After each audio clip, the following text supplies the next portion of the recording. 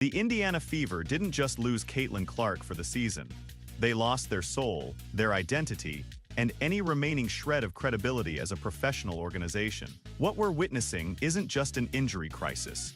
It is a complete organizational meltdown that exposes years of incompetence disguised as championship ambitions. The numbers don't lie. 5 players out for the season. A franchise player, averaging just 16.5 points in 13 games before her body gave out. And a coaching staff that has been caught red-handed misleading fans for months. This isn't bad luck. This is systematic failure from the top down, and someone needs to be held accountable. When your strength and conditioning program becomes a laughingstock, and your medical staff can't keep a single star player healthy, you've crossed the line from unfortunate circumstances into organizational negligence. Look, if the Indiana Fever's strength and conditioning and medical staff is getting paid anything more than about $1.25 an hour, it's too damn much. We've got another player that is now out for the season after we were told back for the game, now out, but not a setback. The cascade of failures didn't happen overnight, but the revelation that Caitlin Clark's season is over serves as the final nail in the coffin of what was supposed to be a championship run. Clark's groin injury, sustained against Connecticut on the 15th of July and compounded by a bone bruise, represents more than just bad luck. It represents a franchise that couldn't protect its most valuable asset, couldn't manage basic injury protocols, and couldn't be honest with the fans who invested everything in this team. The fact that she managed only 13 games while dealing with mysterious setbacks and conflicting medical reports tells you everything you need to know about how this organization operates. This is what happens when you build a house of cards and call it a championship foundation. Well, I would, Stephanie White, I beg to differ, because it seems to me like out for the season is probably a pretty damn big setback. 5 players, 5 season-ending injuries on a single roster. Sophie Cunningham, Chloe Bibby, Sydney Colson, Aari McDonald, and now Caitlin Clark, all victims of what can only be described as systematic organizational failure. This isn't a string of bad luck. This is evidence of a medical and training infrastructure so fundamentally broken that it is actively harming the players it is supposed to protect. When half your roster ends up in street clothes, not because of playing time decisions, but because their bodies literally can't handle the demands being placed on them, the fans see it, the media sees it, and most importantly, the players are living it every single day. And of course, the 3 players that I was really in tune with, and hell, one of them just got on the team, Chloe Bibby, Red Kryptonite herself, Chloe Bibby is out for the season.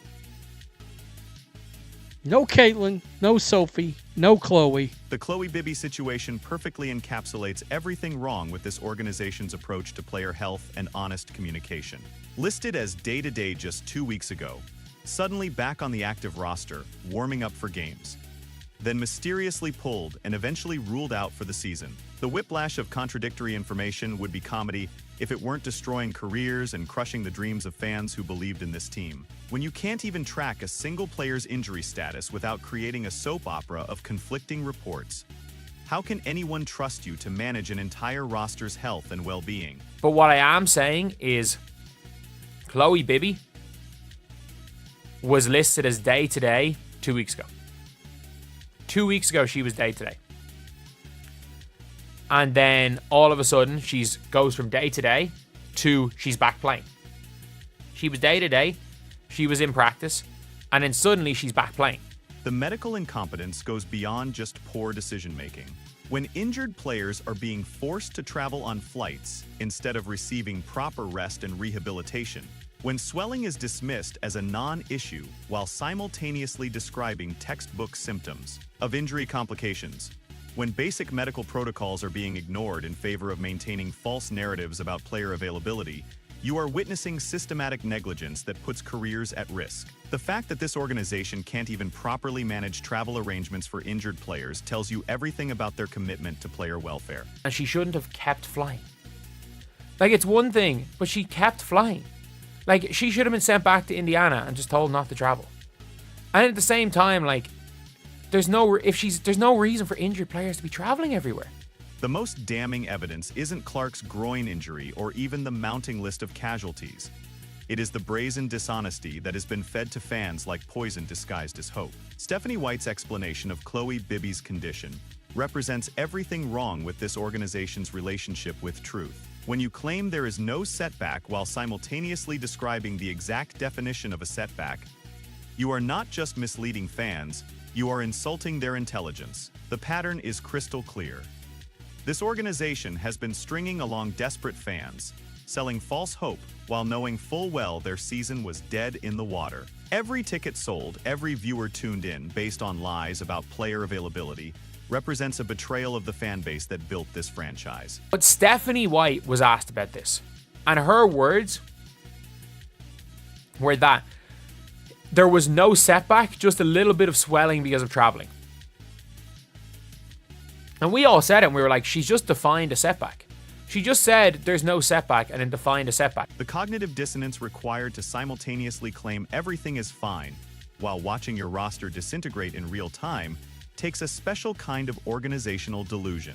When swelling from travel somehow doesn't qualify as a setback in Stephanie White's twisted logic, when injured players are being dragged on flights instead of being properly rested, when the most basic principles of injury management are being ignored in favor of maintaining false narratives, you are witnessing an organization that has lost all connection to reality. This isn't just poor communication.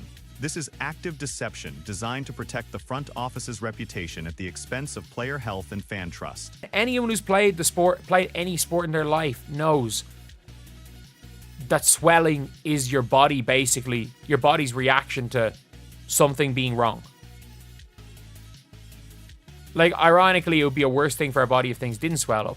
But if things randomly start swelling, something's wrong. The depth of medical ignorance being displayed by this coaching staff would be laughable if it weren't so dangerous.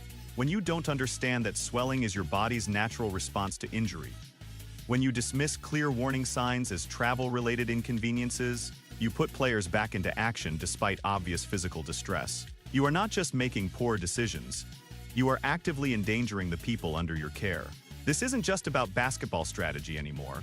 This is about basic human safety and the responsibility that comes with managing professional athletes' careers and long-term health. Like, for some reason, the Indiana Fever refused to say it. I was like, things can be slight setbacks, things can be minor setbacks. What is happening in Indianapolis goes beyond poor injury management. It is a masterclass in how to destroy trust through deliberate obfuscation. The WNBA might not have the insider reporting network of the NBA, but that doesn't excuse the fever dream of contradictions and half-truths that passes for official communication from this organization. When you are forced to create PR statements explaining that ankle injuries can't change timelines because no timeline was ever provided, you've entered a realm of bureaucratic nonsense that would make Kafka proud. The fans aren't stupid. They can see through the word games and procedural manipulation, and their anger is justified.